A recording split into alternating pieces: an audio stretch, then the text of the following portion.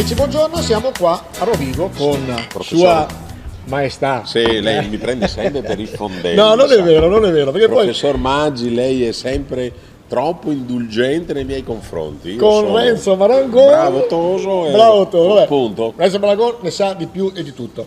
L'importante è che non ne sappia una più del diavolo, perché Ma anche quello, ne sa anche una forse più del diavolo, ma questa è un'altra storia. Allora, Sprizzetto riprende dopo la parentesi un pochino perché abbiamo avuto le feste, questo e quest'altro, e poi qualche ospite non poteva venire, eccetera, eccetera. Abbiamo deciso di farlo io e te. Sì, facciamo un'interazione. Anche perché abbiamo molta carne al fuoco, molta gente vuole partecipare, quindi seguiteci. Detto questo, Seguiteci. primo, allora, te siamo a Rovigo. Sì, Posso chiederti una cosa? sì, professor Maggi. Allora, populismo.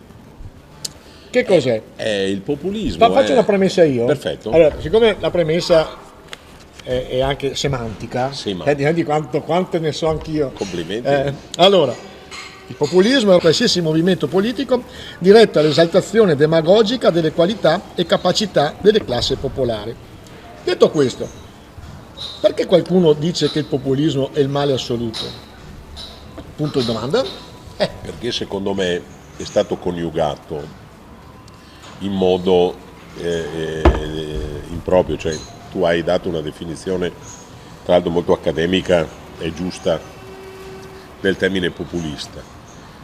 Adesso si concretizza con gente come Di Maio e con la proposta iperpopulista in parte anche di Salvini, ma soprattutto di Grillo. E quindi quando l'uno vale uno diventa metodo di governo, un paese fa un precipizio come quello che sta accadendo adesso. Mi esprimo con un esempio. Maestro, si dice in dialetto veneto, maestro non è mai nato nessuno. Maestro non è mai nato nessuno. Quindi bisogna fare un cursus honorum, cioè bisogna studiare sulle cose, imparare. E cosa è successo? Politica estera, Serraj, presidente di una parte della Libia, i nostri lo chiamano insieme ad Haftar, che è il suo competitor dall'altra parte. Quando questo qui, Serraj, sa che c'è Haftar, prima dice sì, poi se ne sta a casa sua, anzi va in Europa. Risultato, abbiamo fatto di fronte al mondo la figura dei peracottari. Ecco, questo è. Però ti faccio sempre da uomo della strada medio.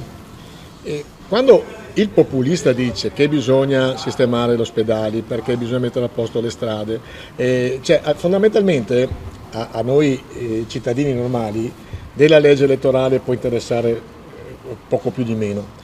E di un'altra legge che ci stiamo discutendo. Sono d'accordissimo. Quindi perché non si riesce a semplificare il tutto chiedendo quello che effettivamente la gente sta chiedendo, che dico, le pensioni. Giusto, posso dire, una cosa non esclude mica l'altra. Però in Italia succede. No. Cioè stiamo discutendo una vita per la legge elettorale oppure per incriminare o meno. Ma no, amico mio, la legge elettorale ne abbiamo cambiate 4 nel giro di 20 anni. Questo vuol dire che siccome una parte della classe dirigente è populista, uguale incapace, uguale un po' ignorante, cosa succede? Che la legge elettorale, tu hai fatto un bel esempio, un esempio importante, non si fa mai una legge elettorale per far vincere quello che governa, perché quando farà una legge elettorale così perderà le elezioni. Le leggi elettorali devono avere una proiezione di almeno 20 anni. Esatto. Tant'è vero che se ne sono cambiate 4 e ogni volta che qualcuno l'ha cambiata pensando di vincere le elezioni, poi le ha perse. È diciamo la verità, è la parte negativa della Seconda Repubblica dove spesso chi nulla sa vuol mettersi a insegnare ad altri. Va bene, e con questo il nostro primo sprizzetto. Professor Maggi, lei è sempre, posso dirlo in francese, lei è un vero provocateur. Provocateur, vabbè. Alla vostra.